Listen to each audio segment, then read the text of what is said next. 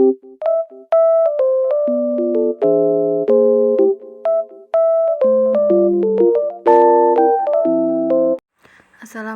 warahmatullahi wabarakatuh. Perkenalkan, nama saya Amelia Febriana dengan NIM 23031020084. Di sini saya akan membahas tentang aktiva tetap tidak berwujud. Yang pertama paten, yang kedua hak cipta, yang ketiga merek dagang, yang keempat franchise and license, yang kelima niat baik. Yang pertama adalah paten.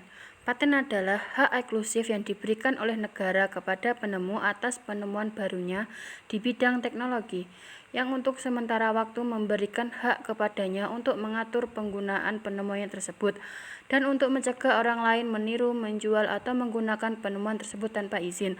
Paten biasanya berlaku selama periode waktu tertentu, biasanya 20 tahun. Setelah itu penemuan menjadi domain publik dan dapat digunakan oleh siapa saja.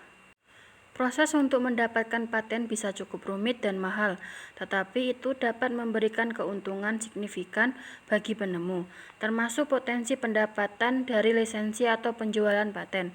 Tapi ingat, setiap negara memiliki hukum dan regulasi paten mereka sendiri, jadi proses dan perlindungan yang diberikan bisa berbeda, tergantung pada di mana paten tersebut diterapkan. Yang kedua adalah hak cipta. Hak cipta adalah suatu bentuk perlindungan hukum yang diberikan kepada pencipta atas karya orisinal mereka. Hak cipta melindungi berbagai jenis karya termasuk buku, film, musik, lukisan, fotografi, dan banyak lagi. Hak cipta memberikan pencipta hak eksklusif untuk menggunakan, menggandakan, mendistribusikan, dan menampilkan atau melakukan karya mereka di depan umum. Ini juga memberi mereka hak untuk memberikan atau menjual hak-hak ini kepada orang lain.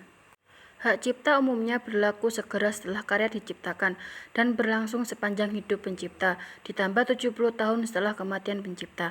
Ini bisa berbeda tergantung pada hukum di negara tersebut. Penting untuk diingat bahwa hak cipta tidak melindungi ide, konsep, sistem, atau metode kerja. Ini hanya melindungi ekspresi konkret dari ide tersebut.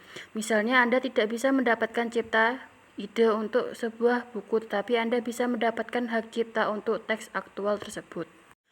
Yang ketiga adalah merek dagang. Merek dagang adalah tanda yang berupa gambar, logo, nama, kata, huruf, angka, susunan warna, atau kombinasi dari semuanya yang digunakan untuk membedakan barang atau jasa yang dihasilkan oleh seseorang atau badan hukum dengan barang atau jasa lainnya.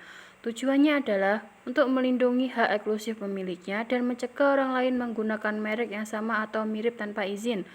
Dengan memiliki merek dagang, konsumen dapat mengidentifikasi asal produk atau jasa dengan mudah. Yang keempat adalah franchise and license. Franchise adalah sistem di mana model bisnis dan sistem operasional memberikan hak kepada pihak lain untuk menjalankan bisnis dengan merek dan sistem tersebut dalam jangka waktu tertentu. Dalam sistem ini, franchise membayar sejumlah uang atau royalti kepada franchisor.